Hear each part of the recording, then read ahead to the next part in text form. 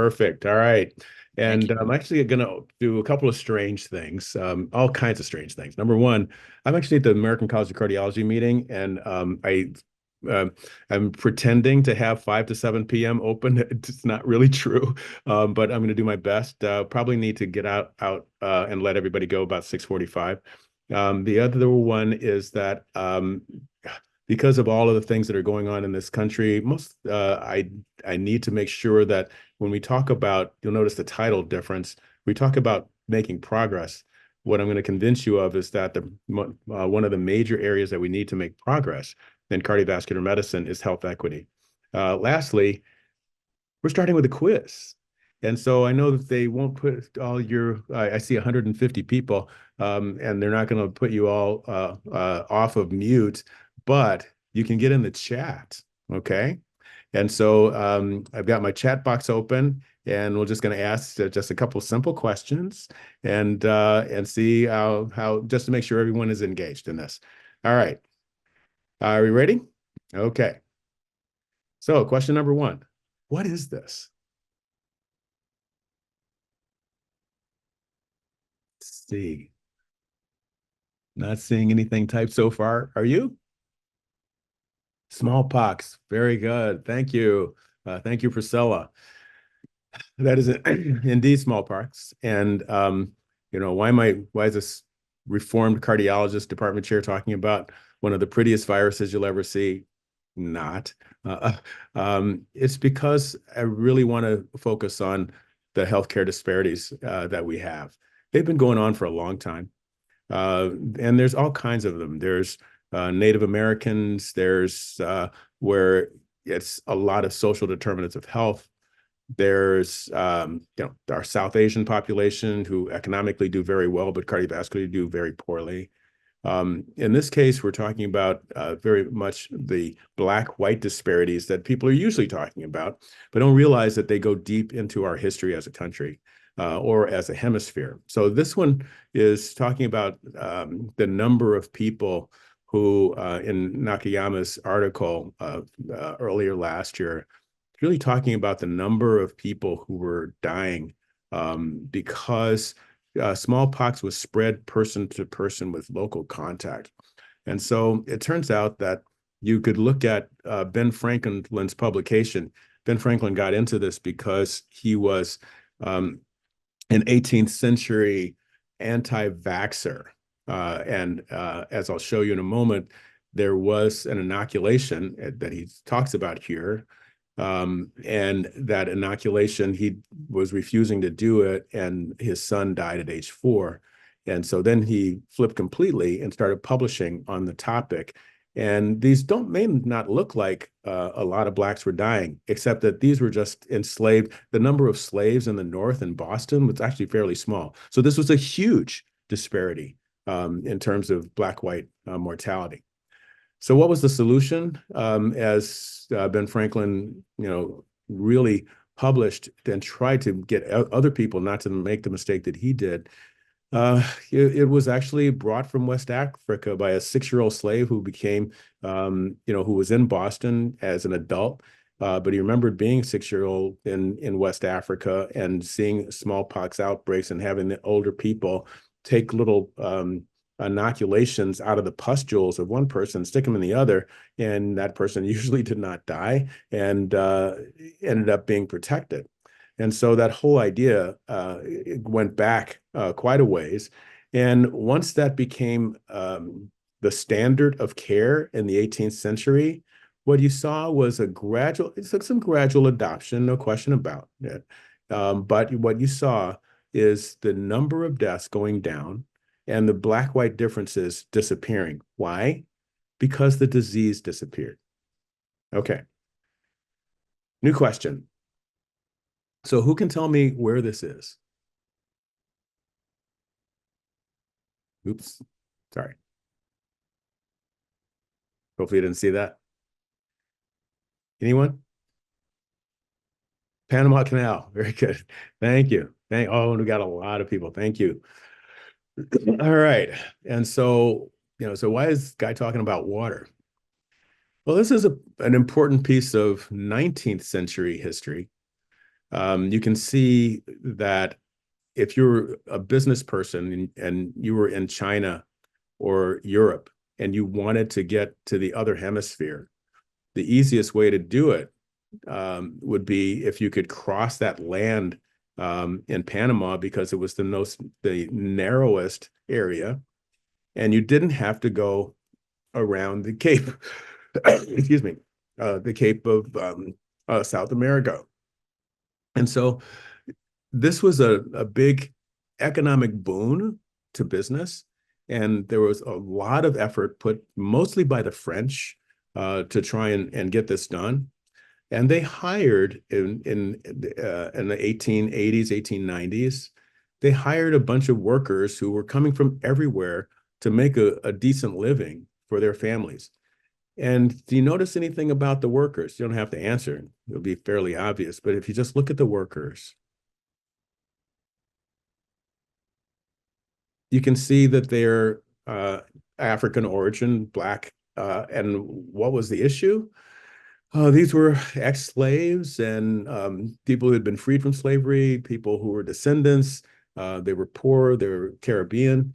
And the idea that they could have, make a decent living and send back to their families and support their families because the French were doing this huge business of digging this canal was really great until it wasn't. So does anybody know what happened here in Panama that made the French give up in 1895? Close, Marty. Very close. That's it, Stephen. Yellow fever. So this is the culprit. Okay, maybe this is a good-looking virus, but it's really a major issue. So the Americans got into it. Why? Because of the Spanish-American War. And the Spanish-American War, as Stephen and Marty said, those were the two diseases, malaria and yellow fever, both mosquito-borne, that killed more people than the Spanish army and the American army killed each other. It was really less combat and more of a war of attrition and disease. And so the United States was really determined to figure this out. And U.S., I'm sure everyone recognizes the name Walter Reed because of the hospital named after him, but it was named after him because of the fabulous work that he and his team did to try and figure out how to stop mosquito-borne illnesses. And basically, it was to stop them from breeding. They need water to breed. And all you had to do is every place where you saw standing water, get rid of it, drain it. A little hard to do in a Panama Canal, right? Because you're digging to try to make the water happen. But putting oil on top of it, that actually worked. And so once they solved this problem, the United States went back to Panama and actually finished digging the canal. People were not dying. And they did a marvelous job of making commerce happen between the East and the West. And they paid Panama $100,000 a year. And that contract never changed from like 1905 all the way till 1976 when Jimmy Carter gave it back to them.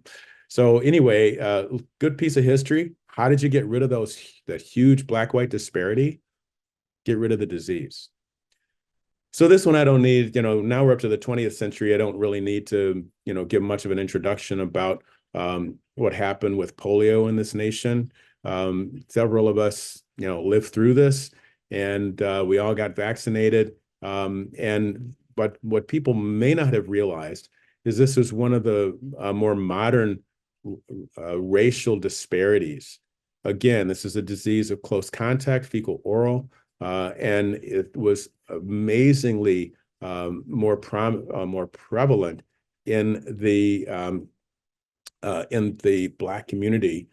and including the south side of Chicago where I grew up, and I had friends who had polio, and everybody was, afraid to stay, to be around them, thinking that they were going to catch it, which of course was long gone by then. But the real issue is that by 1964, there were three different uh, vaccines. And so this is by the way, a very special picture. There aren't too many of them showing a polio recovery place for Blacks, because they were set up all over, mostly because President Roosevelt had it, but it was a whites only kind of thing. And so how do you get rid of the racial disparities and structural racism that results in more death and disability? The vaccines. And so those three vaccines came out. They competed with each other pretty well. And bottom line was that we ended up with a very effective way of removing a disease that was a blight on everyone, but a huge black-white disparity. Okay, so anyway, that is my introduction to the whole idea. Hopefully, if you've heard any healthcare disparity talks, you've seen this one. But you may not have seen the idea on the right, which is, sure, equality is something to aspire to, but it doesn't help everyone if the needs are different. Equity is where you give people what they need to have success. But what I'm saying through those three examples I just gave you is, why not just remove the fence?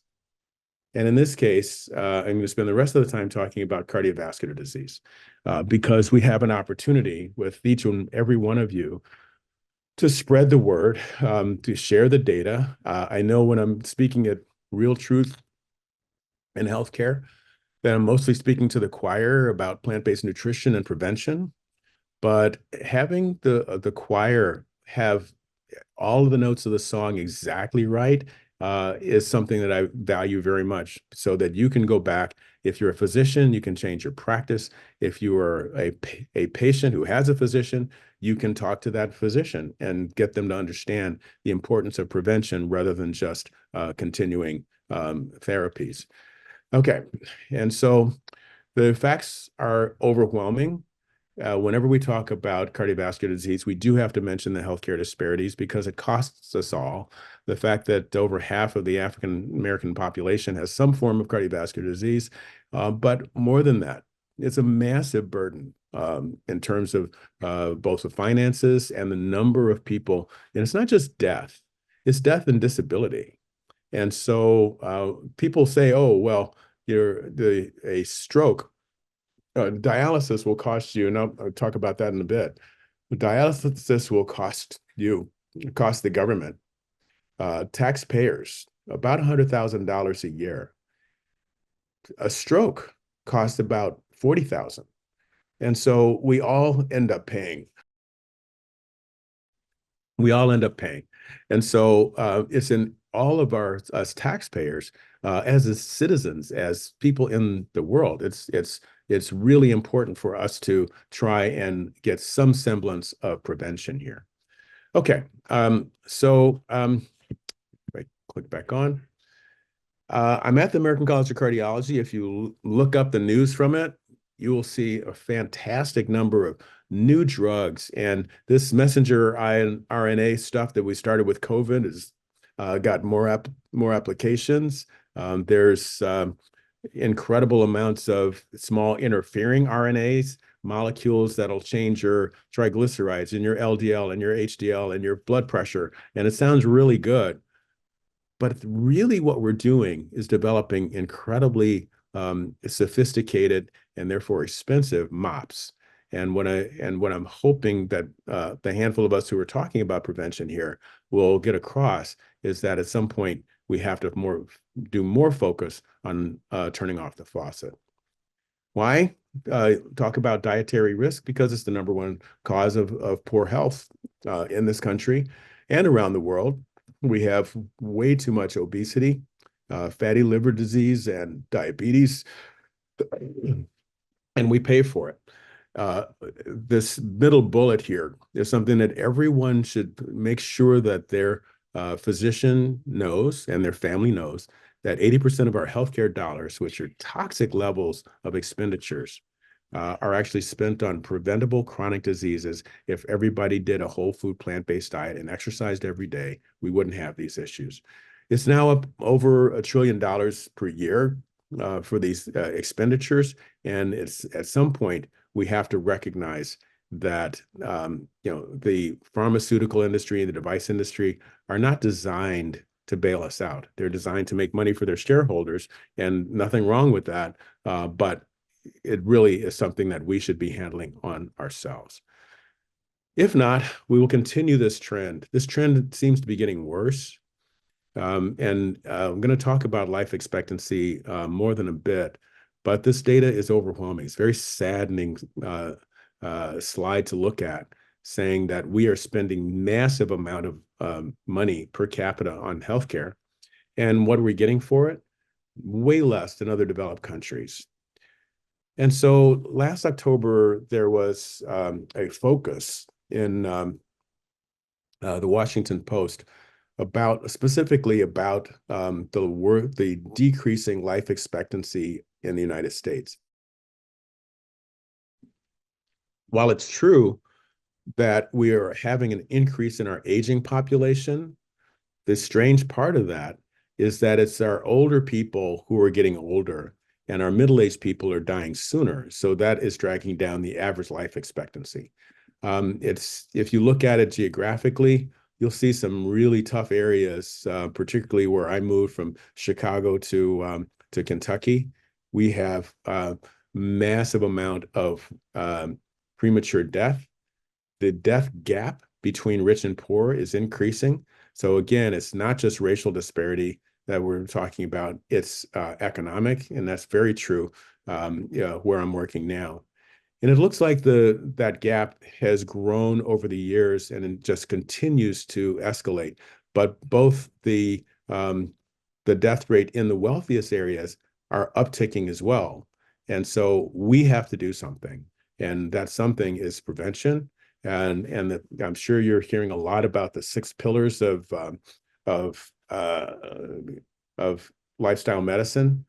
And if we could get people off of substances and get them to exercise and do a whole food plant-based diet and control all their numbers, which we'll talk about in a bit, we would have a much better time of getting people through to live out their full life expectancy and continue to pay taxes while they're working, because that's another major crisis, is that if you squeeze the middle when the older people deserve the Medicare because they paid into it, but everything we do is so expensive. It's a tough mathematical formula if the middle ages have premature death and remove themselves from the tax base. So anyway, any way you look at it, you can make a great case for preventive medicine and changing lifestyles. So what happens, Jim Januzzi's group from Harvard, what happens if you don't do anything? If we keep going the way we're going? Nice central illustration about what it would be like, 2025 to 2060, but I'm going to just summarize it for you. All of the major risk factors for heart disease, diabetes, high blood pressure, high cholesterol, obesity, are going to increase. And the interesting part is that it will result, predictably, in more heart attacks, more heart failure, more strokes. But it's actually based on the trends that we're seeing now, it's going to decrease in the white population and increase in racial minorities. So we do have to address our healthcare disparities, or we're all going to pay that price. These were these graphs showing the subtle or not so subtle increases in disease, risk factors, and then the disease themselves, particularly in the non-white population. But all of them, white and non-white, would improve if we could get massive uptake of a whole food plant-based diet and an exercise program with substance avoidance. So the time is now. These future increases are projected. They're not actually going to happen, because I'm trusting that everyone in the sound of my voice is going to take up the mantle and work hard to try to make sure that this doesn't happen. We need to make sure that our healthcare system, our families, our states, our federal government are all behind the kinds of things that are going to make us healthier. But right now we're in a bad situation. This came out a few years ago. I recently found out that it doesn't apply to Kentucky where I am. 90% of Americans not meeting the goal of just 2 to 3 cups of vegetables per day. Turns out Kentucky is more like 96%. And getting back to the idea of healthcare disparities they are driven by diet. According to University of Alabama, Birmingham, the Southern dietary patterns, which the regards trial, racial differences in stroke, they actually looked at survival over a 5-year period and the number of events that were happening with the bad diet. By the way, Southern diet is just another way of saying soul food, high in sodium, high in fat, the fried chicken, the putting fat back in the greens. Yams are great, but candied yams are not so great because adding sugar and refined grains are actually going to be actually worse than eating animal products. What do we get from our Southern diet? Much more heart disease, much more kidney disease, and more strokes. So the next issue that we have is our fast food prevalence. It's everywhere in the country.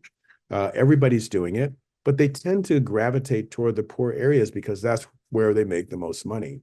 And when you supersize it, people come back for more. It changes your appetite. And so one of the major problems that makes that happen is the success of advertising. If the advertising didn't work, people wouldn't do it. And this is a study we published a couple of years ago where a couple of investigators actually watched television. And we got up to 104 commercials and that had food in them and just wrote down, was it something healthy, something unhealthy?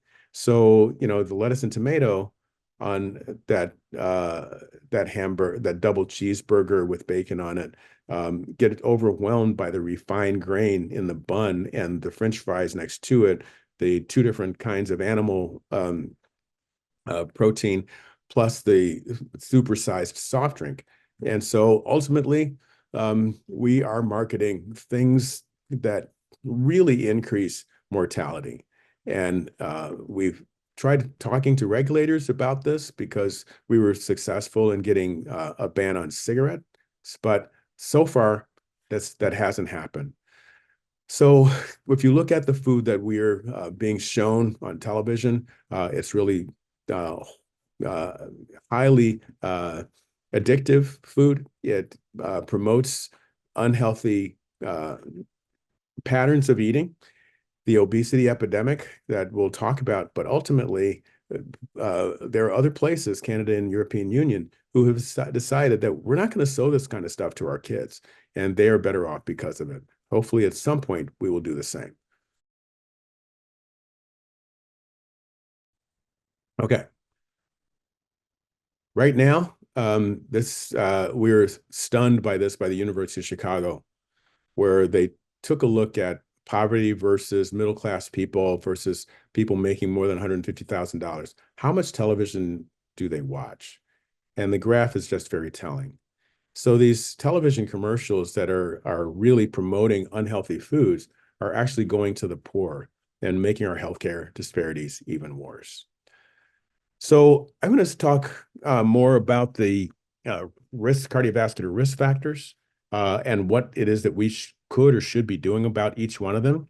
And because the data is really clear, obesity has to be listed first because it's growing so rapidly in this country. If you look at the number of states that overall have more than 35% of people obese, Kentucky is certainly one of them, one of the most obese states in the nation. But the fact of the matter is, this number is actually growing.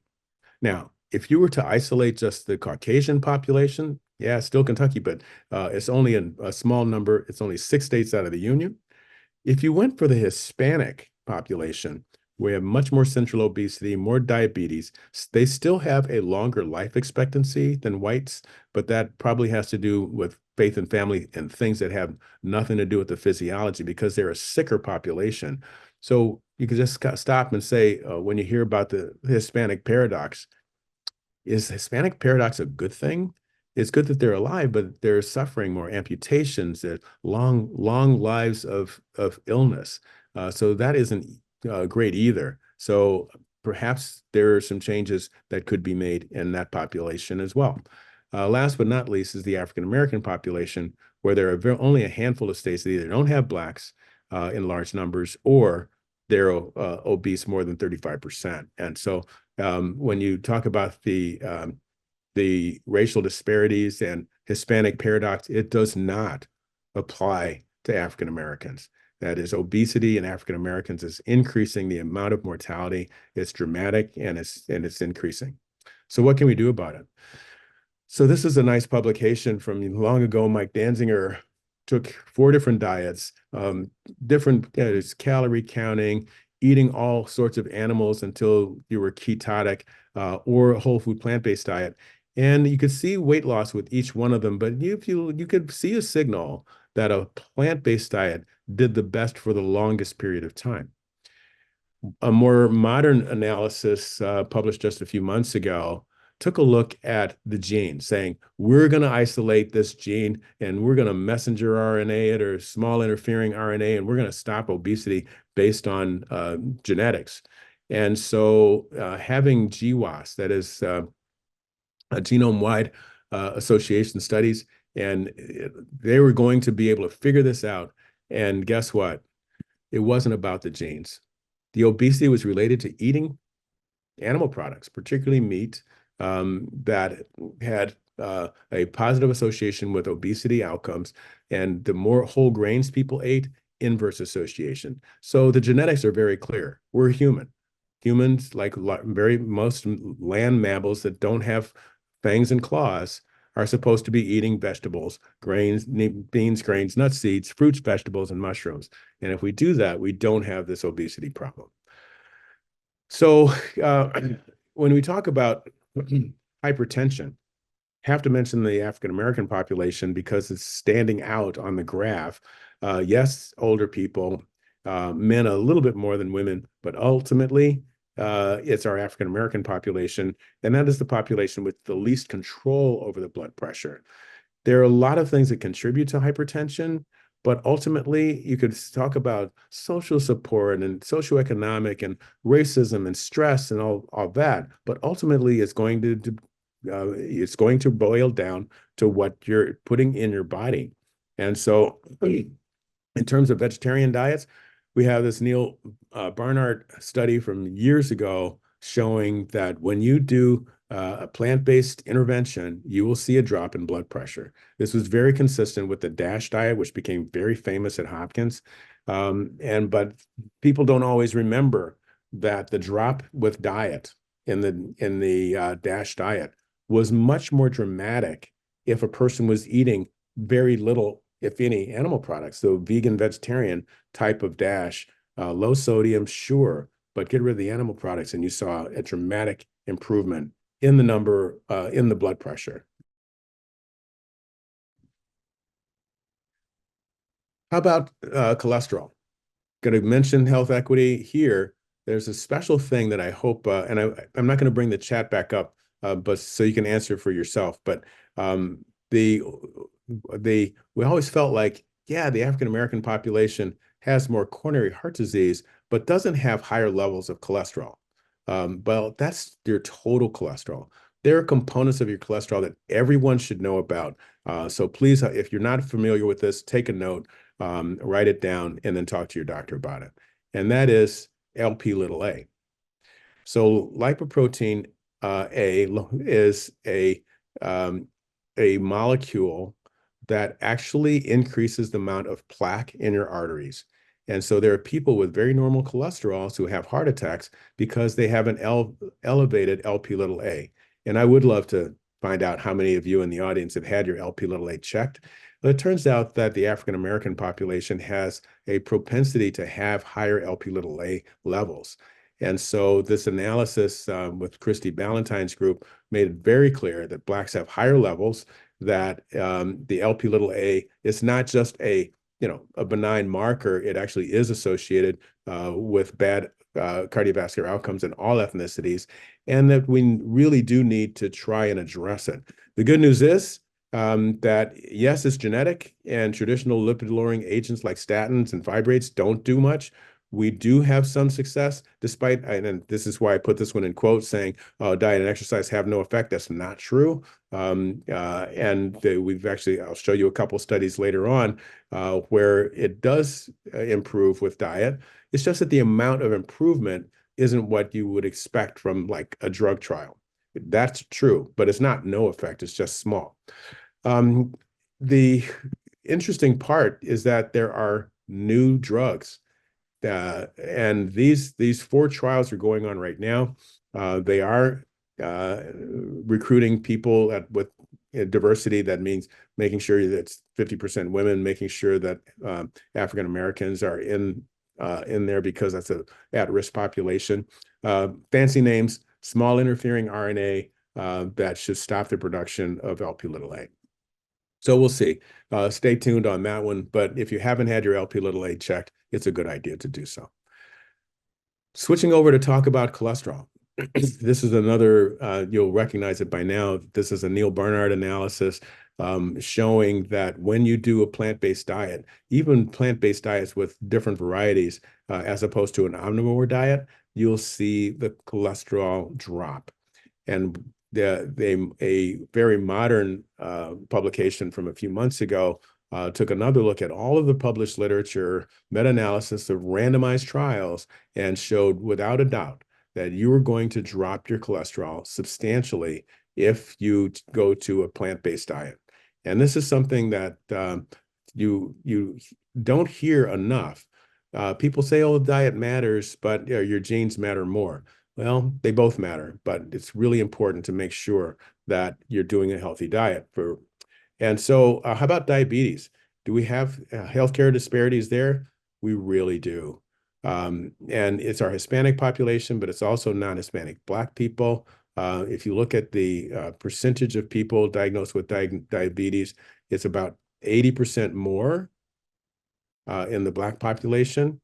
And the interesting part is that it results in more association with death from diabetes. And this interesting line in the same publication, 60% more likely to be diagnosed with diabetes by a physician. Wait, didn't it just say 80% more prevalence? Yeah, the 60% more is having reduced access to care, which we also have to deal with. But the fact of the matter is, wouldn't it be better to prevent the disease? Because it wreaks havoc with our minoritized populations, both Black and Hispanic. We're hoping that to focus a little bit later on end-stage renal disease, which is a major problem that we are all paying for. The African American population is, because of the diabetes and the hypertension together, 12% of the population and 35% of the dialysis patients, and it's very expensive. You could blame structural racism, poorer education, having more blue-collar jobs. Well, we're not paying for it. Our African-American population is not paying all that money, paying in terms of life and in terms of what you can do with your life because you're stuck on dialysis. But financially, that $100,000 that Medicare pays per patient is really coming from the tax base from other people. So it would be great if we could get educated enough to have the kind of jobs to pay for our own dialysis, but maybe if we did that, we wouldn't even have to have the dialysis. So the answer here is actually very, very simple. Reverse it.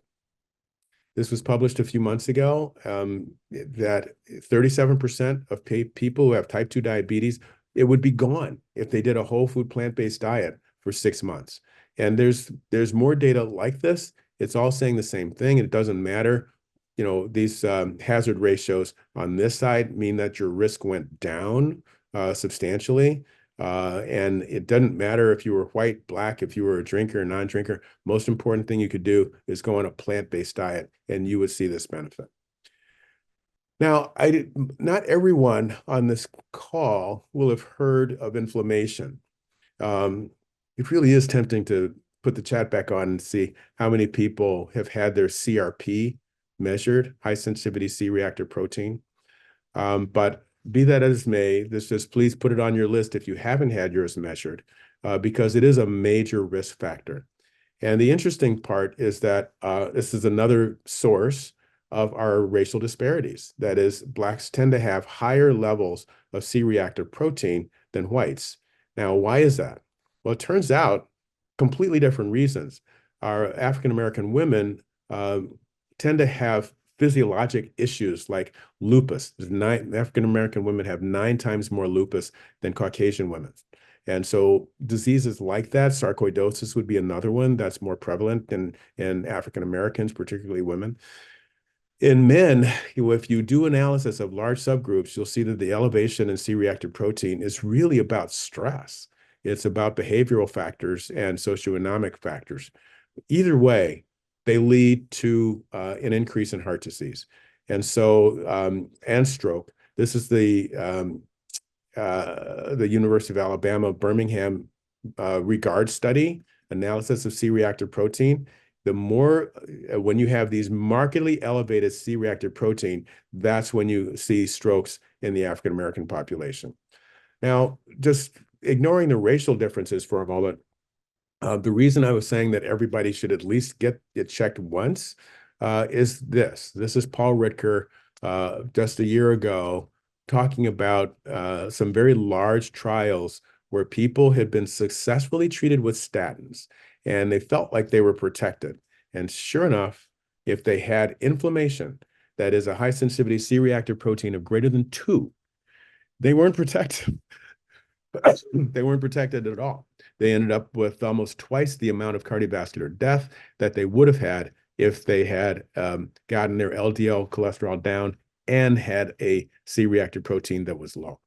So that residual inflammatory risk in those clinical trials that were done to protect people with statins, really, you really have to recognize it. And what do you want to do about it? Well, I was not too shocked to find out that Paul's great friend of mine, he sent that data to the regulators. FDA approved colchicine. It was approved already for gout, but repurposed to reduce inflammation because it lowers C-reactive protein. But again, is that doing the right thing? Is that mopping up the floor, or is it turning off? So it turns out that we had the answer. It was 21 years ago, University of Toronto, David Jenkins publishing reduction in LDL cholesterol and reduction in C-reactive protein, Journal American Medical Association, with a whole food plant-based diet. Obviously, whenever I show you an old study, I show you a new one. And so this was only a few years ago, Benita Shah looking at the plant-based diet, whole food plant-based diet versus the old American Heart Association recommended diet, which was very little red meat, eating poultry, eating fish in large quantities. Well, they were still, those are still an overload of decaying flesh, to put it bluntly, and therefore they cause inflammation.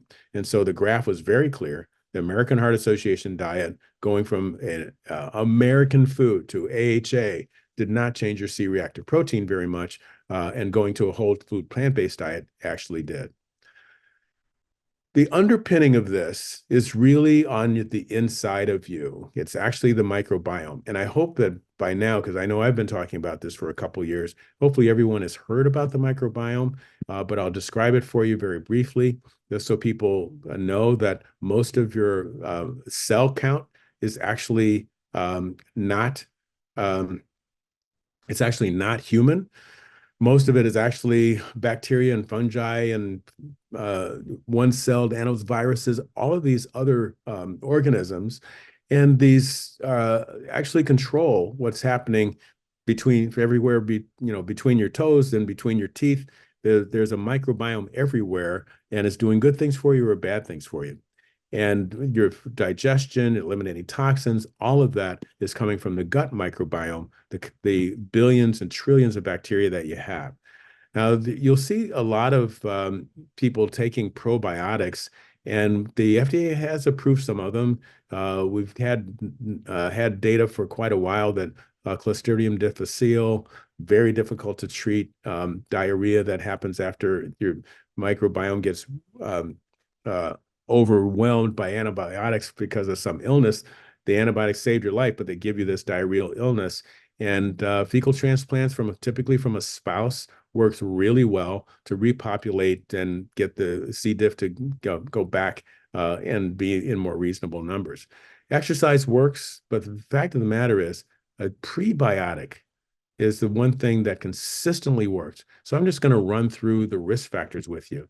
Hypertension, very clearly, huge research projects showing that hypertension, a high elevation in your blood pressure is due to which kind of bacteria you have in your GI tract. And sure, there are genes and environmental and stress and all kinds of things, but fix the bacteria and the blood pressure will go down. How about cholesterol?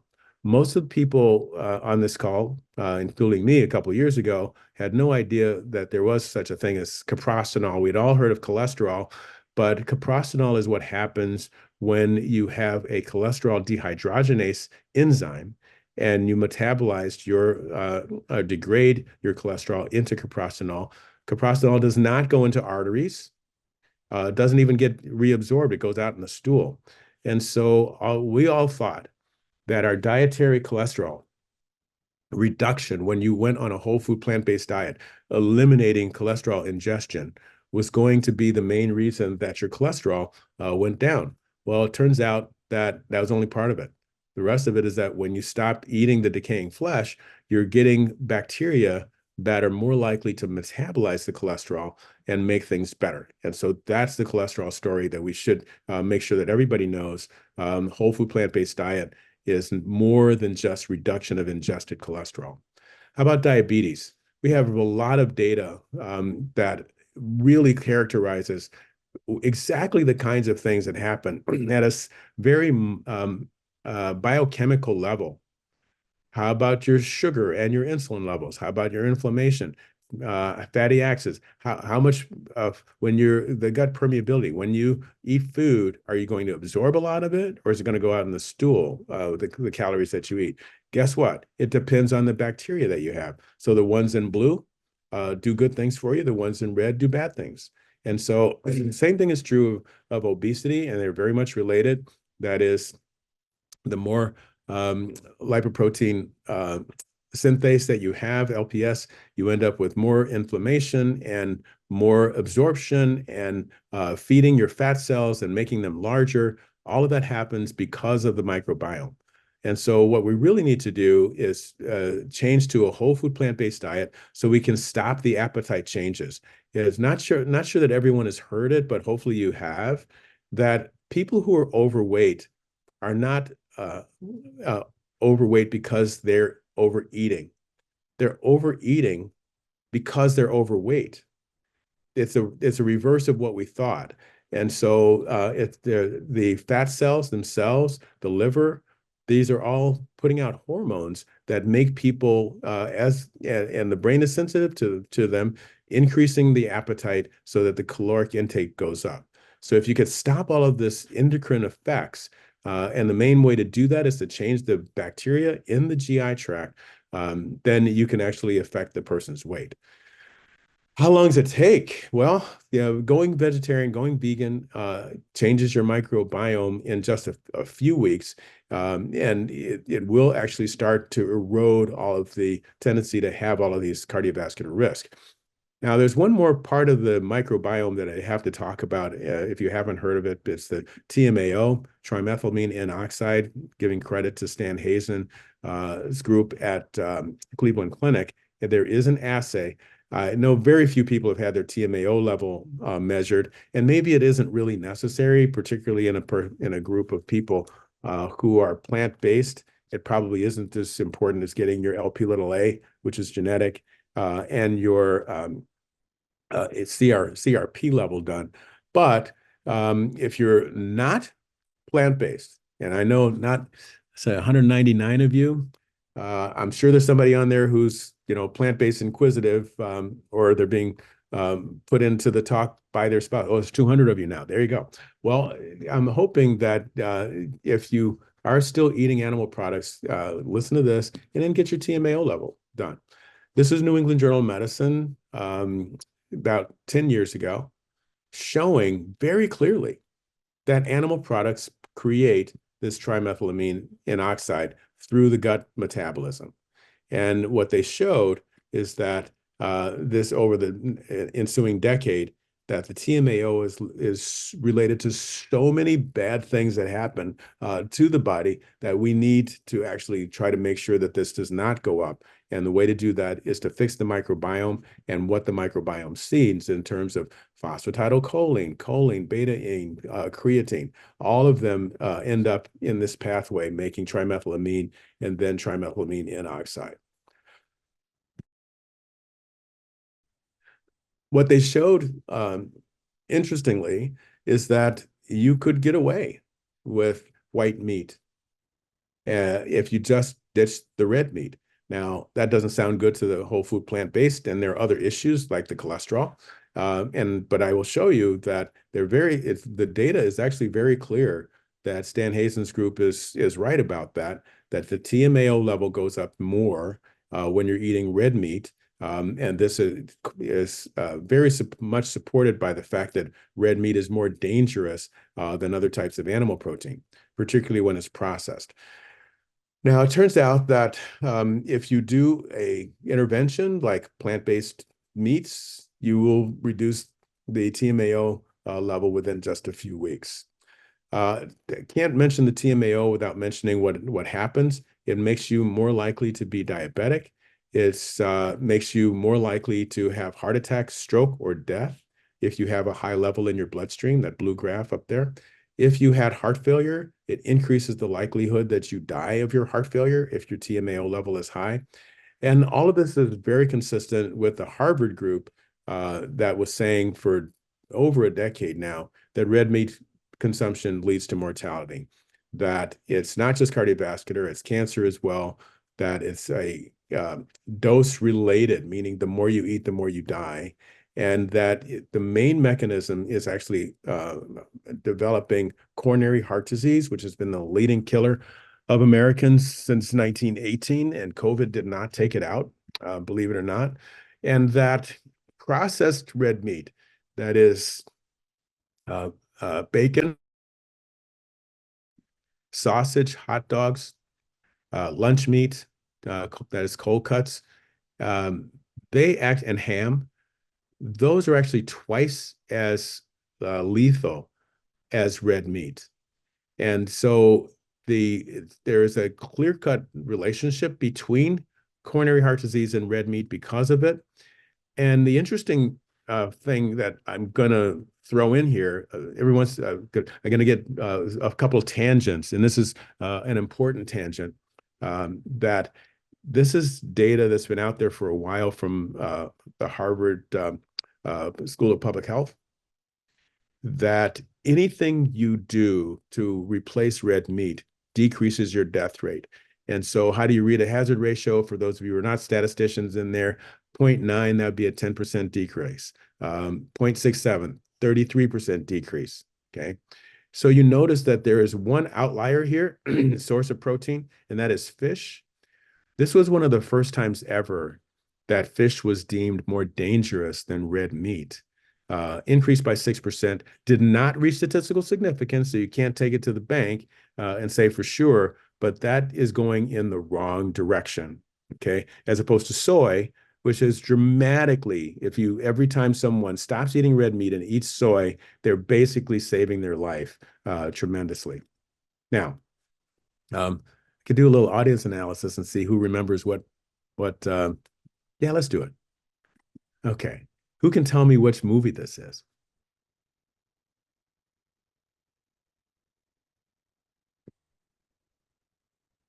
Uh-huh, uh-huh. The Graduate. Very good. Okay. And then what advice did this guy get or give to Dustin Hoffman? Plastics. You got it. Okay. So somebody has been reading their New England Journal of Medicine. All right. And how did that get into my talk? One word, plastics. So hopefully you saw this. It's one of the most important dietary things that's been published in my career of looking at animal versus vegetable, and that is microplastics. Uh, as of last month, there was some hint before, but a huge trial that I'm going to go through with you really outlined that plastics is a major issue for cardiovascular disease. You can see that date on there. It was just a month ago. And I'm hoping that everybody takes a look at it. Just if you put in your search engine, you'll see the lay press, but you'll also see the New England Journal of Medicine. They talk about plastic pollution.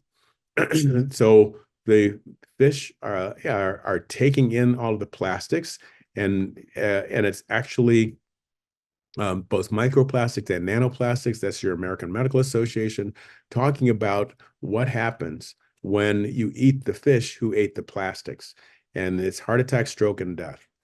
There actually was data from that I was able to find on this topic 2 years ago that looked at all kinds of oxidative stress, which is chemical changes in the body that that actually are related to microplastics.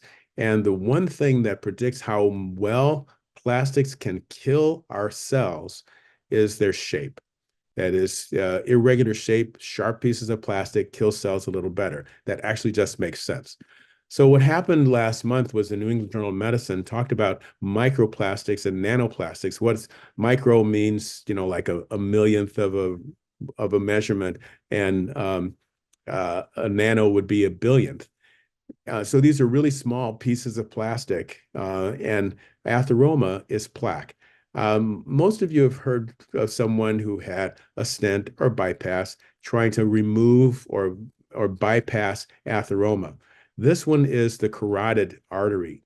They took people who were about to have, they had enough plaque in their arteries. Typically, they had a stroke or had some transient ischemic attack, or had enough symptoms to warrant trying to get that plaque out of there. If you have more than an 80% narrowing, it needs to come out because your stroke risk is so high. So those surgical procedures were being planned, and they got a bunch of people to agree to be part of this study. So what they basically did was enroll people who agreed before they actually were having the procedure. Unfortunately, some of them actually didn't make it because these are high-risk people that need to get that carotid plaque out of there. And it turns out that there were 150 people who had micro and nanoplastic evidence in their when they took the plaque out and sent it to the pathology lab. 107 didn't have any evidence. And this is what it looked like. Polyvinyl chloride and polyethylene. The scanning electron microscopes shows irregular pieces of plastic, irregular shapes. This one kind of looks like Pac-Man ready to eat some cells. Bottom line is that this is dangerous stuff, and they characterize it very well. The inflammatory markers that the previous article had talked about were seen exactly. These interleukin-2, interleukin-6, TNF alpha, these are all markers of that show increased inflammation and correlate with the cell death. And these levels were much higher in the people who had the plastics. They actually looked at the cellular infiltrates as well, and they were able to see beyond doubt that there was more damaging cells going on inside the plaque of people who had the plastic. Okay, so this is the one you probably want to remember. You may not have seen too many so-called Kaplan-Meier plots, but just imagine you start off with, your 107 and your 150, and you're following them, the people without plastic in the plaque in blue, The gold are the people who did have plastic. And every time somebody has a stroke or a heart attack or death, you tick it up. And over time, over months, you see events happen. Events happen is a high-risk population, but the curves start to separate at about a year. And by 2 years, they're way apart. By 3 years, they're far, far apart. Bottom line is that having plastic in your plaque promotes or predicts future events, probably by promoting it. And so this is really important information because it really takes down that whole idea of pesco-vegetarian being an option. Maybe it was 30 years ago when it actually looked good in some of the studies, Adventist health studies, pesco-vegetarian didn't have much less risk factors, but they had less death rate than omnivores. Okay. Well, now it's probably not going to be the truth because of the plastics. Okay. Back to red meat. I wanted to point out that that there is certain association between red meat consumption and heart failure. And the more you eat, the more heart failure you have, and the more death you have from the heart failure, again, with the TMAO levels. The dietary patterns in people who have heart failure have actually been looked at. And after hospitalization for heart failure, the people who adhere to a plant-based diet have a dramatic reduction in future heart failure episodes. Now, we talked about fish, we talked about red meat, processed red meat. Let's talk about eggs for a moment. So there's a lot of data, and this is thrown back into the controversy because of you might have seen some of the late press about the American College of Cardiology meeting 2 days ago. An abstract was presented saying that if you do a highly fortified egg, that it does not raise your cholesterol. I had actually seen some of that data, and I talked to the lead investigator today. Obviously, it wasn't a comfortable conversation because I led with the Neil Barnard principle, which is that every time the egg board or egg industry sponsors a trial, it comes up neutral or good looking for eggs. The investigator took umbrage at what I said to her. I could say that, but it was, she was convinced that it was done honestly. So what I wanted to point out, okay, so maybe she did find a population where the cholesterol was not hurt so much by the eggs, but it's more than just cholesterol. This is mortality, and this is Don Lloyd Jones. And I know he became famous at Northwestern, Phil Greenland, wonderful investigators at Northwestern. And what they're basically saying, and this was published, by the way, when Don Lloyd Jones was president of the American Heart Association, and the AHA, probably not with his consent, was taking egg board support according to their industry partnerships. But bottom line is he outed them, saying that each additional half an egg increased significantly mortality. You can see that death just goes up the more eggs you eat. So the criticism that was a phenomenon of Americans not being able to deconvolve eating eggs with bacon or eating eggs on an English muffin with refined grains, or Canadian. Well, how about this? The Italians did the same study, and they basically found the same thing. Greater than 4 eggs, which again would be about a half an egg per week. I'm sorry, per day, increased all-cause mortality, including cancer, as well as cardiovascular disease. So telling us that the cholesterol was not increased substantially doesn't really answer the question of whether or not people are going to die anyway from cancer or other causes. So we talked about fish, we talked about red meat, processed red meat, and we talked about eggs. Well, what we're basically saying, reading the literature, is that if you look at Nurses' Health Study and Health Professional Follow-Up, which is the first one to talk about this, that any association of animal protein versus plant protein with death rate, any analysis comes up pretty much the same. That is, if you just were to remove 3% of your animal protein and substitute it with vegetable protein, you would see a decrease in death rate. Now, I'm going to blow up the top two areas for you. And what you see is that that 3% changing from red meat or changing to plant-based protein, you still would die about 6% less, because I know you all remember how to read a hazard ratio. And fish was about the same. Okay. Though fish and poultry were a little safer than dairy. Dairy was safer than red meat. Red meat was safer than eggs, and eggs were safer than processed red meat. Now, the interesting thing is that Journal of American Medical Association published the same title 3 years later, but it was not the same study. This one was actually from Japan. It wasn't American doctors and nurses. And it basically showed the same thing. That is, if you want to avoid cardiovascular disease, especially, substitute vegetable protein for any of these animal proteins. Did they really publish the same title 3 times? Yeah, they did. So this is 2020, right? Analysis of the NIH AARP.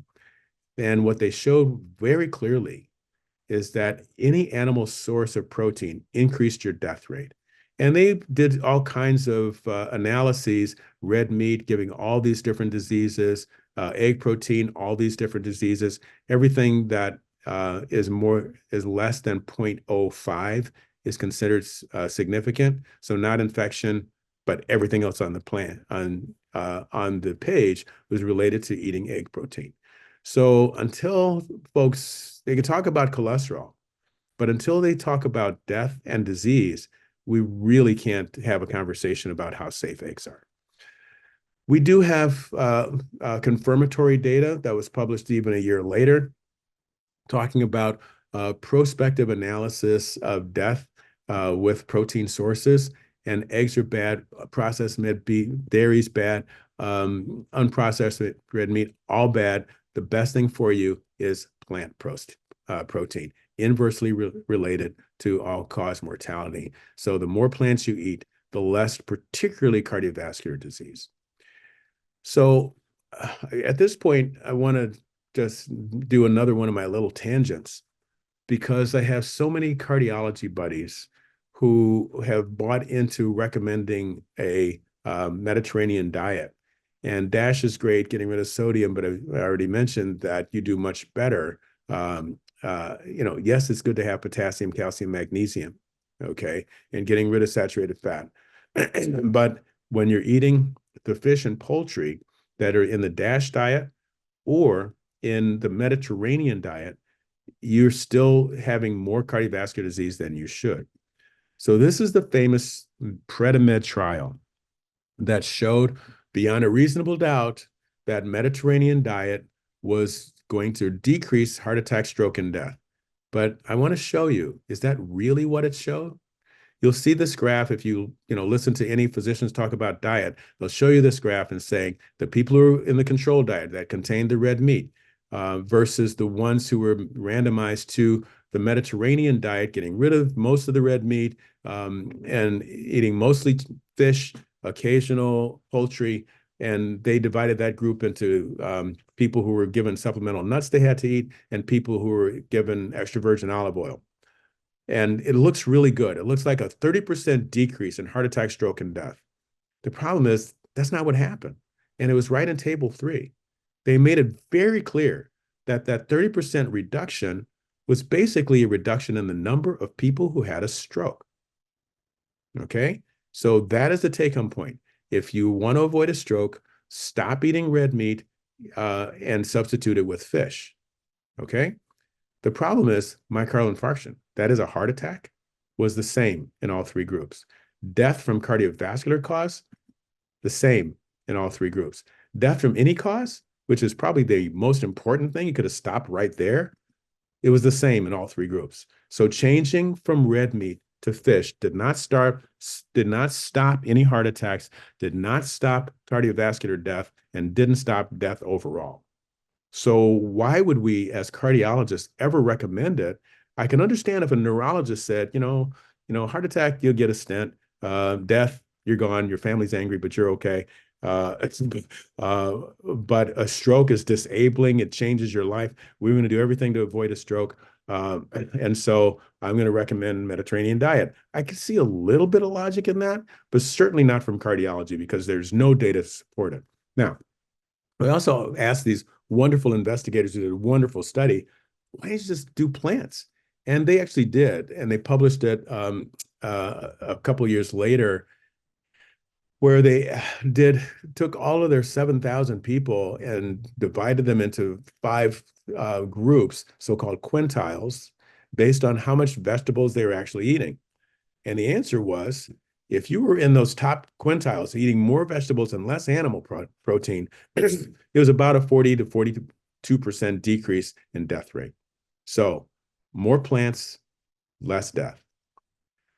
I promised you a little discussion about kidney disease because I'm hoping that anyone who's listening who has chronic kidney disease, CKD, or anyone who knows someone who has CKD will write this down and take it to their doctor, because this is one of those big discrepancies between the published peer-reviewed literature and what people are actually doing. The surprise is that animal protein causes kidney disease. And you could talk about a lot of different mechanisms. It's not, just plaque or cholesterol. It's saturated fat, but it's also the type of amino acids that are prevalent in animal protein. The kidneys cannot handle it. It causes acidosis, which the kidneys have to try to deal with. And the bottom line is that the more plant protein you eat, the less kidney disease you get. That was extended into the whole idea of dialysis, that is ESRD, which is end-stage renal disease. Going on dialysis is uniquely related to eating animals in a dose-dependent manner. The more red meat you eat, not just heart failure, not just stroke and heart attack, the more kidney disease you get. And the most important thing you could do is stop eating red meat. Why? It's the TMAO. It turns out that we talked about heart failure, we talked about heart attack, stroke, and death. Well, it's also kidney disease that increases when you increase your exposure to trimethylamine N oxide. And so best thing you could do is plant protein, watch your TMAO level go down, and your CKD will actually stabilize or improve. That was published 4 years ago, still largely ignored by nephrologists, that is the kidney doctors, and largely ignored by internal medicine doctors. They all know about it at the University of Louisville, and there's another couple places where they focus on it, but it's just we have pockets instead of blankets, which we really need with this issue. Plant-based diet to manage the risk and complication of chronic kidney disease. This is Nature Reviews in Nephrology. It's not some, editor of some rogue vegan journal. That's me. Okay, talking. This is in peer-reviewed literature in the kidney doctors area, showing that plant-based diets are safe, and the best thing you can do to avoid all of the complications of kidney disease is to do a plant-based diet. Now, among the plant proteins, you could probably have done this with anything, and I would love to talk to the investigators and say, hey, why don't you go back and do, beans, grains, nuts, seeds, not just soy. Soy is great, but it probably is addition by subtraction. That is, they use soy protein instead of animal protein, and this is the result. People with stage 3 to 4, 3B to 4, that are soon going to be on dialysis, it all stops and starts to get better. And you get to look at all of the metabolic consequences, everything getting better when you eat plants instead of animal protein. So this is the plea from the National Kidney Foundation that I just don't see a lot of folks. Please do a screen capture, send it to your doctor, send it to anybody with any kidney disease that you know, that plant-based diet will improve your kidney health. And even if you're on dialysis, if you did it in a search engine, you see one of the kidney disease folks who are pushing plant-based nutrition is DaVita, which is the biggest dialysis group in the country. And why would they push it for dialysis patients? Because there's less acidosis, the BUN creatinine, all the bad complications of kidney disease, they are going to be lower every time the person comes in for dialysis, less poisons in their bloodstream if they're doing a plant-based diet. That means they can get their full fee for 2 hours of dialysis instead of 3.5 or 4. So it's cash money for them. So it took me a while to figure out, why is DaVita talking about plant-based diets? Then you realize it's just simple economics. There aren't enough dialysis chairs, and why build another facility if you could just convince your dialysis patients to go plant-based until they get their transplant, and then definitely be on a plant-based diet to protect that transplant. Okay. My next tangent is about COVID. Hopefully, we won't have to talk about this too much longer, but I hope everyone remembers the lessons that, we didn't hear from Anthony Fauci. The only person who I heard talking about improving your diet to improve your outcome was Charles Barkley on ESPN, believe it or not. Not sure how he made that observation, but it was very clear to us in the plant-based world that we weren't getting as sick and not getting as often with COVID. And so the data was very clear that if you were doing a plant-based diet, you would see a dramatic reduction in moderate to severe COVID. And if you were doing the opposite, that is a keto diet with a lot of animal protein, you would see a dramatic increase in the amount of COVID illness. Microbiome is going to determine whether or not you have the cytokine storm that people would get, and that would make them so ill. So again, plant-based diet, and sure, COVID was terrible, but there will be, and there are continue to be, other illnesses that are going to respond to what's in the GI tract. You want your microbiome to have lower amounts of inflammation and keep you healthier. This was a surprise, I have to say, published earlier just a few weeks ago. I was stunned to find out that plant-based diet actually decreased the incidence of COVID by about 40%. And so this is something that hopefully everyone will remember. I mean, we'd all heard that, the vegans don't get the flu. The vegans, seem to be doing better with a variety of illnesses. But a 40% reduction in COVID is something that I hope everyone puts in the back of their mind for the next pandemic, which will be here in 5 to 10 years, just like the Obama administration had predicted, and put together that epidemic group that was dismantled, unfortunately, before COVID. All right. My last section is to talk about what it is that we should be eating. I was pleased to be on this committee to try to do more prevention, get more prevention into mainstream cardiovascular disease. And the ACC, AHA, American College of Cardiology, and American Heart Association guideline process is what it's like our Bible and cardiology. So I would think that people are going to read this document and implement it for their patients. And what it says in section 3.1 is vegetables, fruit, legumes, nuts, whole grains, and fish. And, you say, now, wait a minute. And I did take a lot of flack from my vegan colleagues when they knew that I had authored this section. Said, how did fish get into a document that you wrote? And the answer is American Heart Association. If you look on their website, you will see, or if you know anything about AHA, it's a stroke organization as well. And one of their major journals is Stroke. And the improvement in stroke that I showed you about 15 slides ago that happens when you go to fish from red meat is real. And so fish swam their way into my guidelines. Okay, fine. But I got them back by making sure that they signed off on reducing, and reducing means really eliminating cholesterol and sodium and reducing cholesterol to the ultimate would mean no more fish.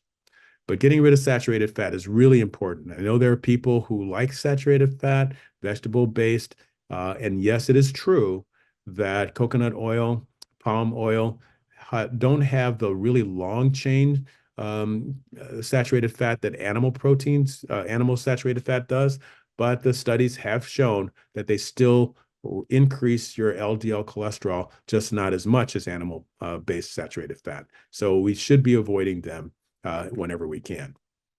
So why is that important? Because there are several vegan products that actually have saturated fat in them. Every curry has saturated fat and refined carbohydrates. And we wonder why our South Asian colleagues who are largely vegetarian, with some ghee, sure, that's saturated fat, but the coconut curry and coconut milk and cream in the curry and the white rice put people at risk tremendously. But maybe not to the extent of processed meat, but it's out there. Sugar sweetened beverages are a major issue, and whenever there's a movement afloat to try to remove them from diet or tax them, there's a lot of pushback, but the data is very clear that sweetened beverages, artificially and sugar sweetened beverages, increase mortality. And so I encourage you, if you want more on it, to look up the guidelines, section 3.1. There's an entire discussion of each of these five.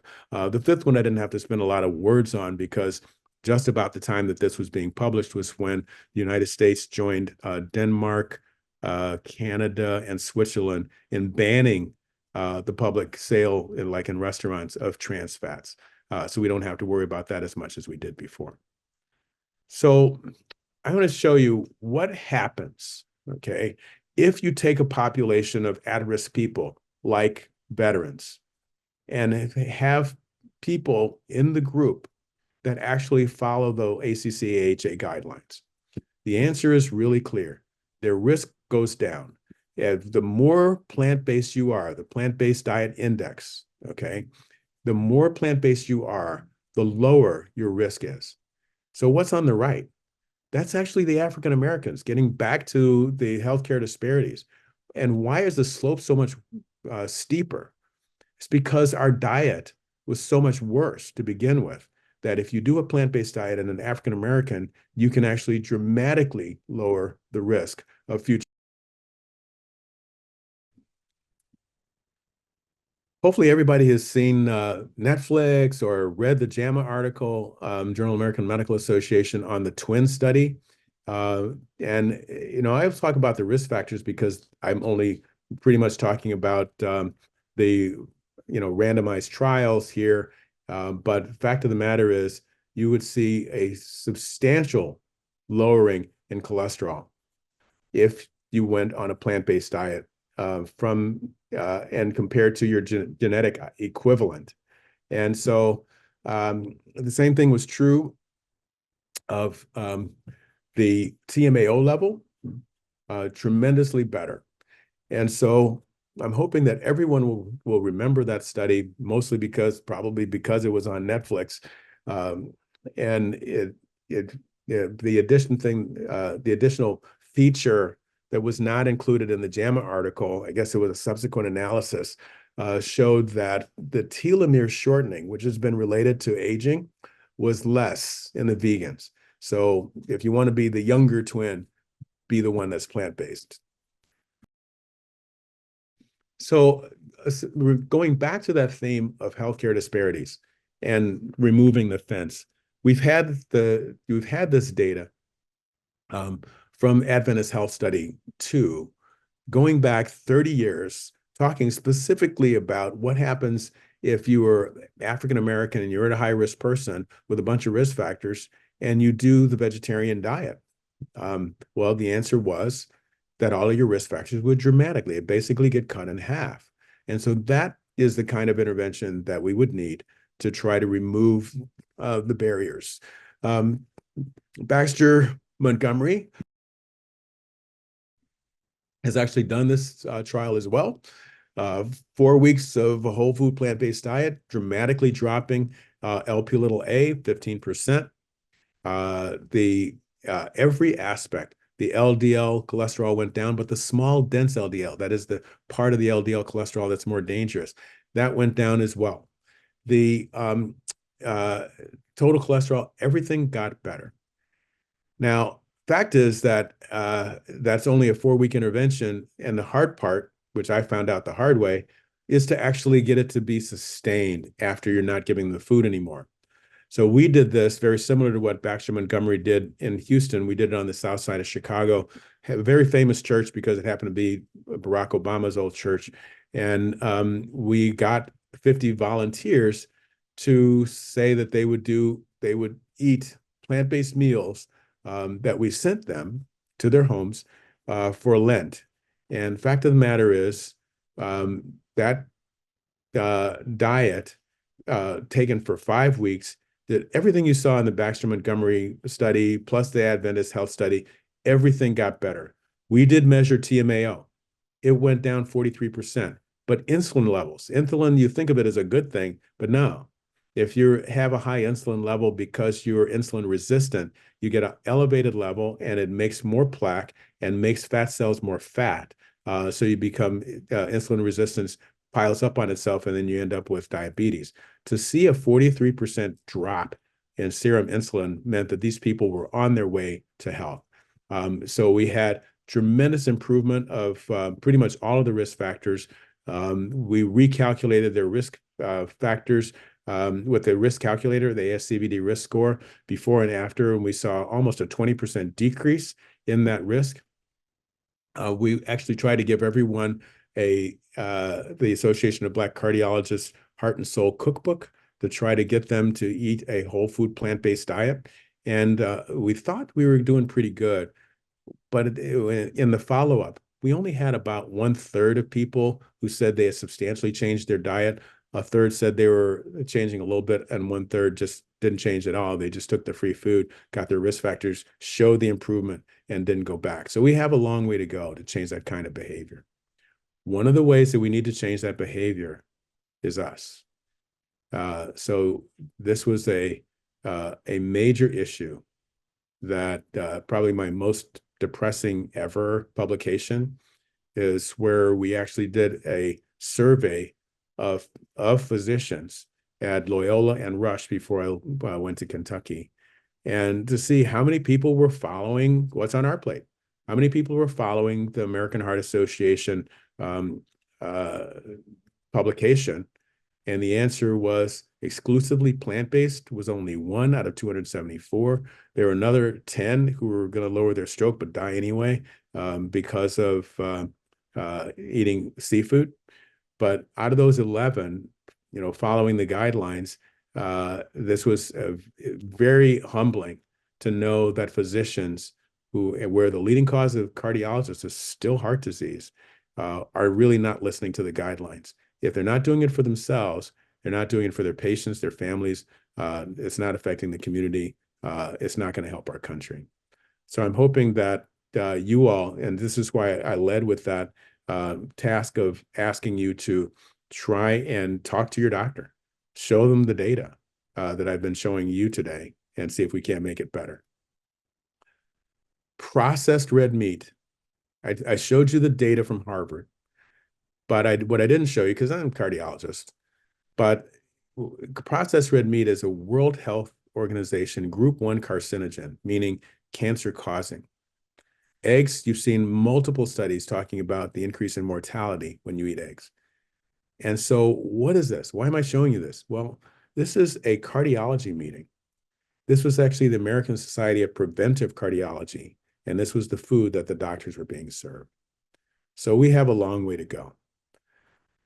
One of the bright spots happened about 18 months ago, and that was where the White House put together a conference on hunger, nutrition, and health.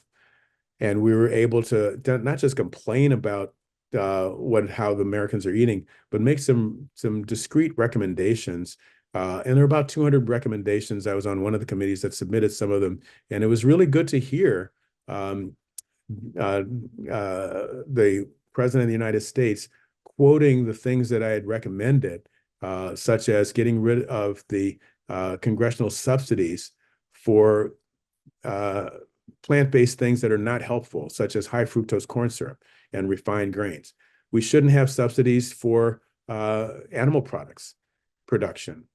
We should have subsidies to enhance the pricing and production of fruits and vegetables to improve accessibility. This is something that's proven because Finland did it, and they were able to switch from, famously from dairies to berries, and dramatically drop the serum cholesterol in their population and drop the number of people who had heart attacks. Education programs on plant-based nutrition to eliminate food deserts. That is, this whole idea of food deserts, if you think about it, the mom and pop grocery store is not in the healthcare business. They're in the keep the mom and pop grocery store open business.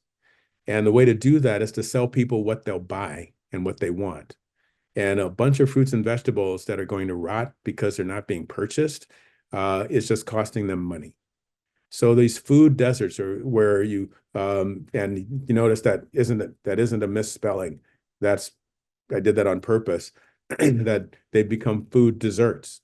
People are going to buy desserts instead of fruits and vegetables, and we're going to have these horrific cardiovascular outcomes.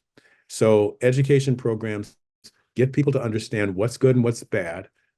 This next one, red, yellow, and green labels on the cover of items to indicate harm or neutral or beneficial foods. This has been done in other countries. It works to change purchasing patterns, and then that would fix the food deserts because people would demand the green stuff, hopefully, and to the extent that they did that, the mom and pop stores are going to supply it because that's where the money is.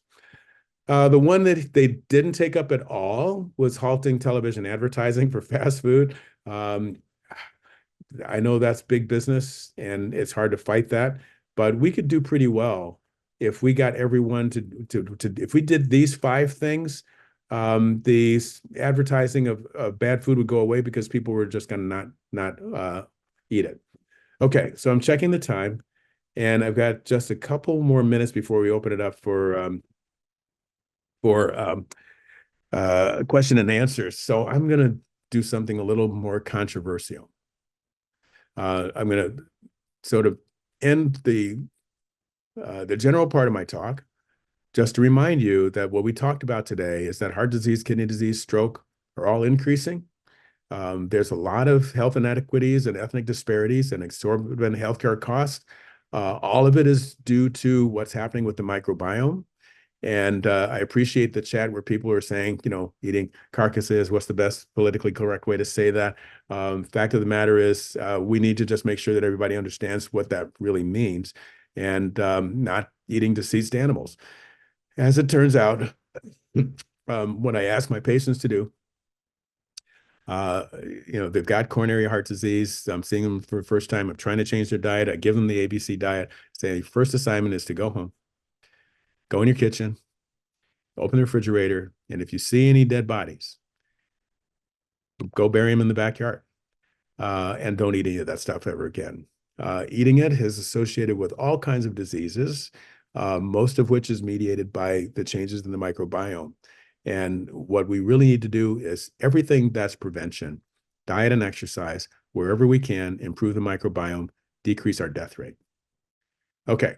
Before I open it up for questions, I'm going to throw something at you that you may not have heard of.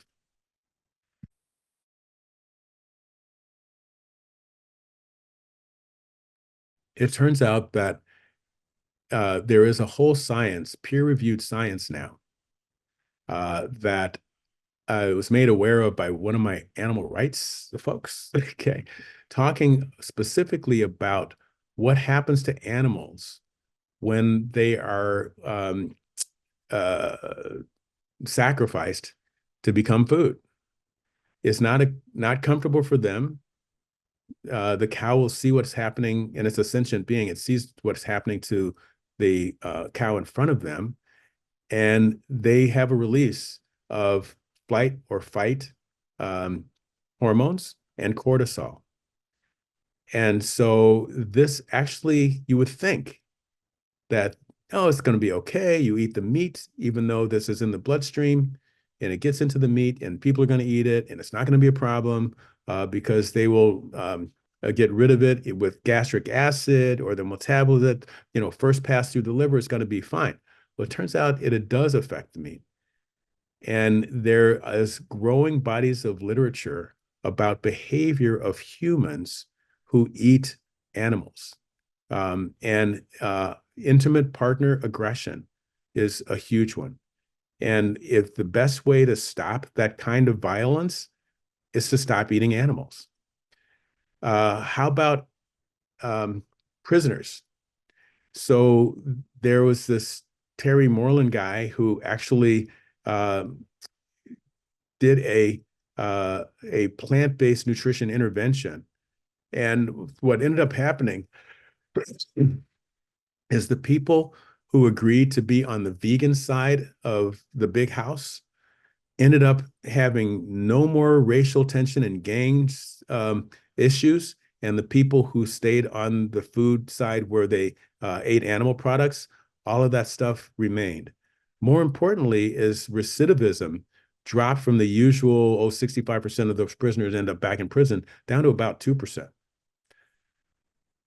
Now, it turns out that this data has actually been a while, but it's kind of like starting to get into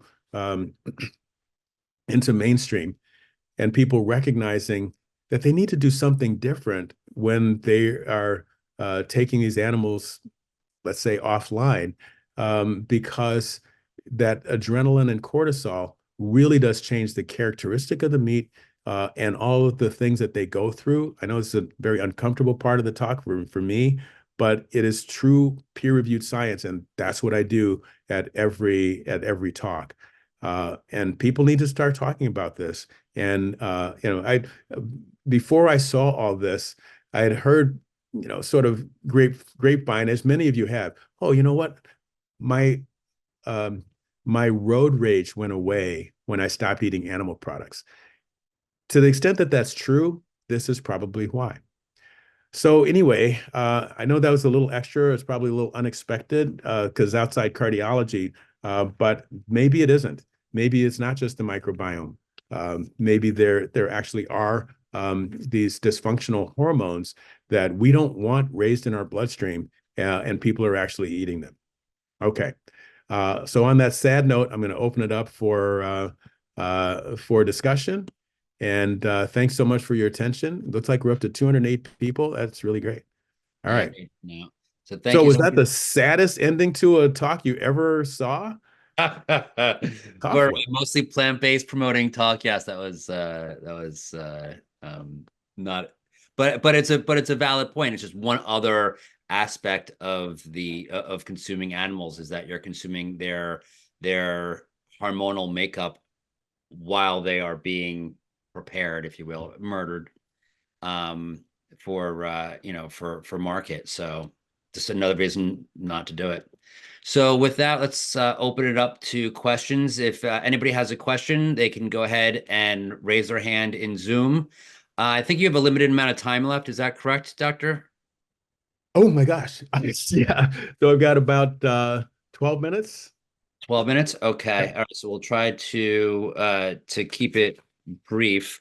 So so real quickly, so yesterday, so you referenced Dr. Baxter Montgomery and one of his bits of research. Yesterday he was on one of the panels along with Dr. Nathan Bryan. Now Dr. Nathan Bryan it was talking about cholesterol and how um having higher cholesterol could be better. And Dr. Baxter Montgomery agreed with him that insofar, like we have this obsession with lower cholesterol. That's what I've always seen, going Uh-huh. back to T. Colin Campbell and Esselstyn talking about lower cholesterol being much better. And the talk was that if your cholesterol is high, but you're doing everything right, it might just be that your body just needs to produce more cholesterol. So if you're not consuming animal products, for example, and you have a high cholesterol, like above 200, or 240 even, that's not a problem. What are your thoughts on that? So, well, but I have to always give the disclaimer. I don't have many thoughts. I just read the Okay, what report. have you read? What does the literature say is that this is a really important principle that everyone needs to know is that there is no good level of LDL cholesterol. I actually used to took it out of this talk, but just remember that there are mammals like the New Zealand white rabbit that has an LDL of about 10, and it's perfectly normal, neurologically develops normal. Babies, the fastest growing neurologic system, and have an LDL cholesterol of about 11 or 15. And so everything that's in the bloodstream is extra. People don't need it for cell repair or the brain or spinal cord or all the things you would think that cholesterol is good for. And so we continue to find, I know that we keep setting a level and then moving the bar. It used to be that you wanted your LDL less than 100, then it was 90, then it was 70. The more recent one is 55 from the European Society of Cardiology. But if you look carefully at the data, and anyone can put this in a search engine, LDL, excuse me, LDL and cardiac events, just put those two things in, hit images, and you'll see a graph with a line drawn between the number of events and the LDL cholesterol. And the fact is that 20 is better than 30, and 30 is better than 40, and 40 is better than our target of 55. So, it may get to a point where it's low enough that you're kind of protected in general, but lower is always going to be better. Now, again, I'm talking about LDL cholesterol. Hmm. There's also the LP little a issue. There's also ApoB. There's small dense LDL, and there's inflammation. So anything that we say about cholesterol in general really kind of has to be taken with, I started to say it's a grain of salt, but low sodium in our new diet, right? And so a cholesterol of 240, a total cholesterol of 240, you think would be extremely unhealthy? It depends on what it is. So probably unhealthy. And that's because of the big surprise that happened 2 years ago. That is, we used to say, oh, 240 is fine if you're one of those people gifted with a high HDL. Okay. Well, it turns out a high HDL increases heart attacks. We had that wrong for 60 years. And so if anybody looks that one up, you'll see CAN-HEART and Copenhagen trials showing that there's a U-shaped relationship between heart attack and death and HDL level. There's sort of a good zone about 50 to 80 or so, but people with the really high ones, it goes up. And we were right about the other side. Low HDL puts you at risk as well. So 240 is probably never good, but no, we mostly the management that we need to do is about the LDL. So if I could get people to stop talking about all the other ones, just talk about your LDL and get it down as low as possible. Great, thank you. And give me 1 second here. I somehow adjusted my screen so small that I can't even read it. So bear with me here. Just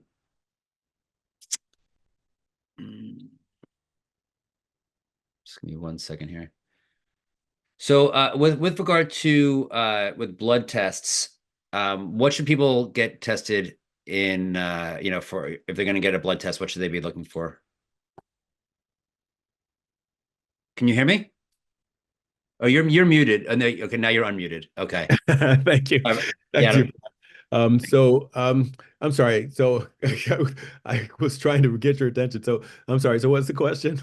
So what are the essential medical tests that everyone should consider getting regularly to ensure optimal health and early Oh, detection of potential health issues? yeah, I don't think there are any. If everyone's doing a whole food plant-based diet and they're not having any symptoms, there may not be any test that you need. Now, having said that, please download the ASCVD risk calculator, which actually got updated 3 months ago to the prevent calculator.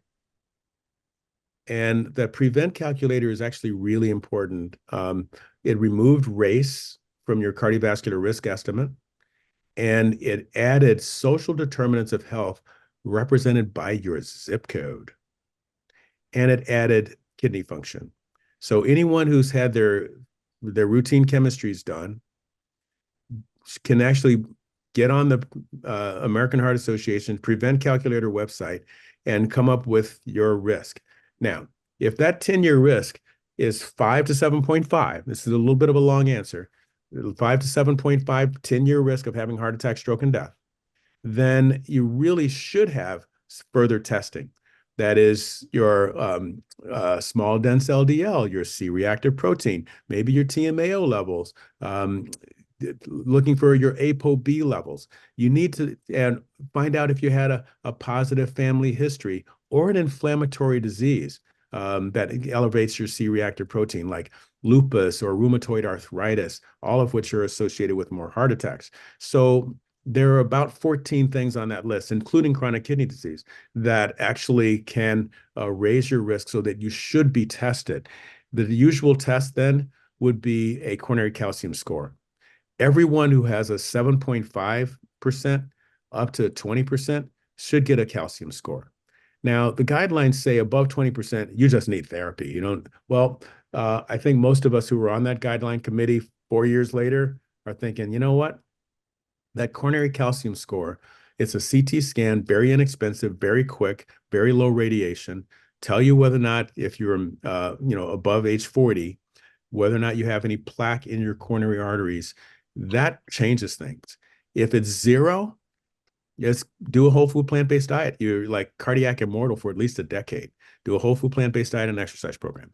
If it's low, that is a score of 1 to 100, then you really should be on cholesterol lowering methodologies. That would include typically a statin. There are non-statin therapies for the people who are statin intolerant, but getting that LDL down to less than 55 is important. If it's above 100, then you probably are going to that substantial amount of coronary disease. And you should be thinking about having a statin or cholesterol lowering plus an antiplatelet drug. We used to use aspirin all the time. Everybody heard of aspirin. Aspirin's dangerous. And the more recent data, Panther trial and every subsequent trial says that old drug that we used to use for stents, Plavix or clopidogrel is the drug name, is so much safer than aspirin. Not only is it safer, but it prevents more events. So we're trying to move away from aspirin and move toward clopidogrel. It's a little more expensive, not that much more expensive.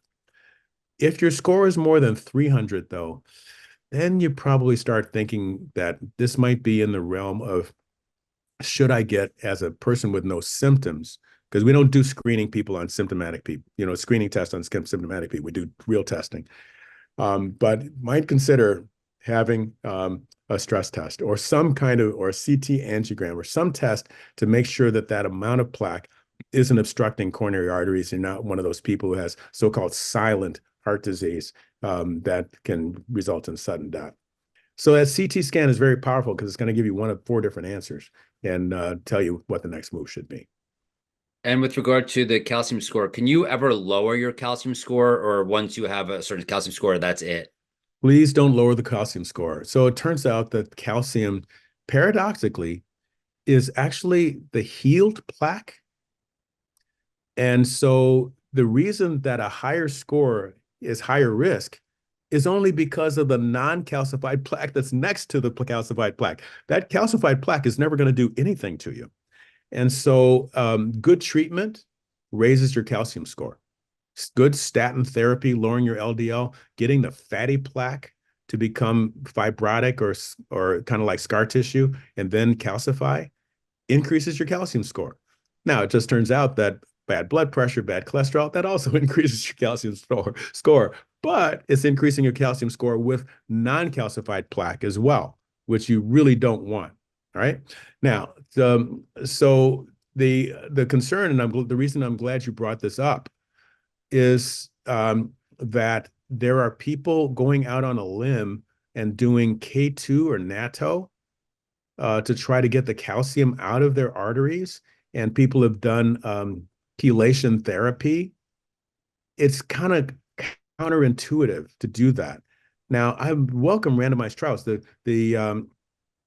chelation therapy did do randomized trials, and they did show that there was no benefit, a slight signal in the second trial that it improved outcomes in diabetics, but there was no definitive signal, no benefit.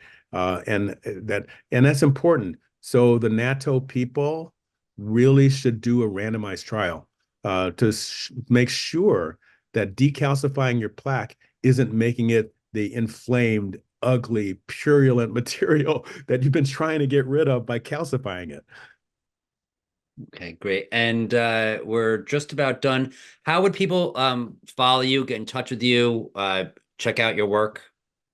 Do you have a website? I'm apparently Google famous, so if it's easy to find me on Google, and so just type in my name, Kim Williams, MD. You'll see a couple pictures of the brain surgeon. That's my son, but the rest is mostly me. All right, great. So with that, I thank you. And if we could unmute the audience so they can show their appreciation. Thank Thank you. Thank Dr. you. Williams. Thank you. Absolutely. Thank you.